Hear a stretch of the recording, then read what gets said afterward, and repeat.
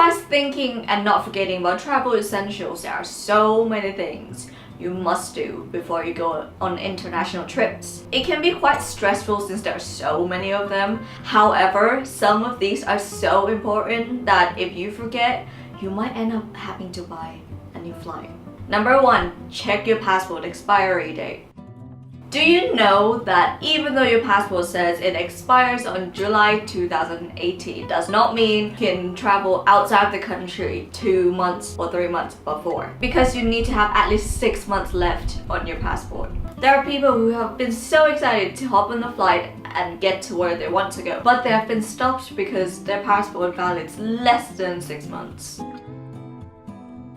So they have to go through a process of renewing their passports and then book a new flight. And the new ones close to that time is so expensive. In this case, anyone who has been in that situation would be losing quite a bit of time and quite a bit of money. So it's better to check it than sorry. 2, check if you need a visa.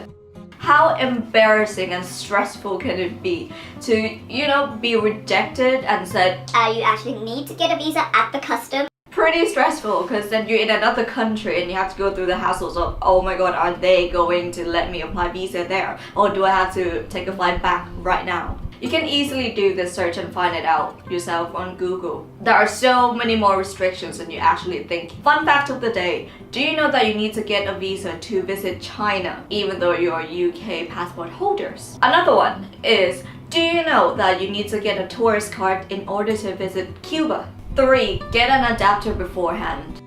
Yes, I know what you're thinking. You have plenty of time to buy an adapter at the airport you're departing from or arriving at. However, there are lots of benefits in buying the adapter beforehand. Price.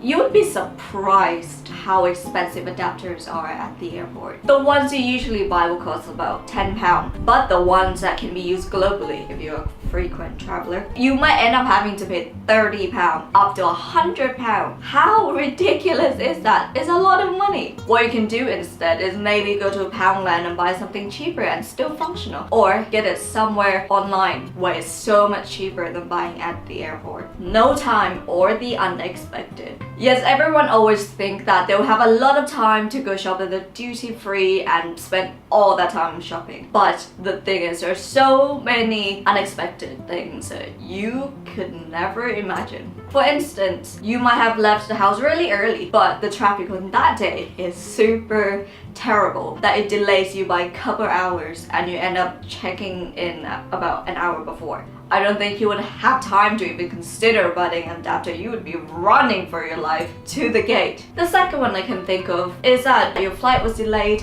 and you had to run for the last coach of the day or last bus of the day. Otherwise, I'd be paying for an expensive taxi, or I would just have to spend the night at the airport. Then you have to go through the morning of not having anything charged. Lesson to be learned. Do your shopping before heading for the flight. 4, get some cash. You would be surprised, but there are people who actually do this.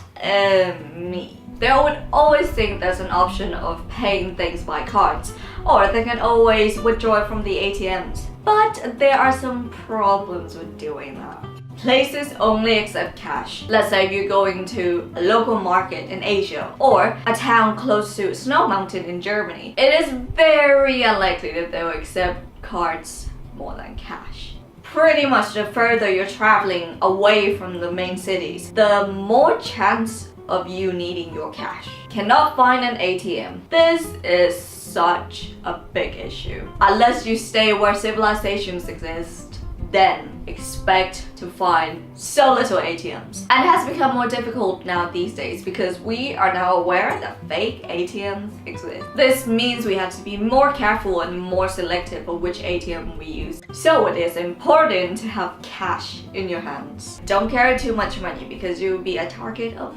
pickpocketers. Terrible rates. If you think exchange rates at the airport is terrible, you will face the same way with ATM. You get the convenience, but there's a price to pay. It's better to plan things ahead and organize. What you can do is you can go online and do your exchange rate online. So you get better deals and won't have to go look for an ATMs where you can get terrible rates. like visiting compareholidaymoney.com for instance. This means go visit compareholidaymoney.com so you won't have to end up with these kind of situations. Thanks you guys for watching, and I hope you have a wonderful week. I'll see you again in the next video.